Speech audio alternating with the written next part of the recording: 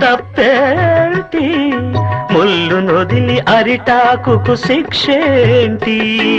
తప్పు నాది కాదంటే లోకం ఒప్పుతుందా?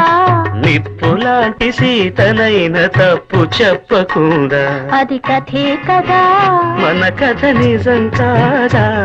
అది కథే కదా, మన కథ నిజం కాదా?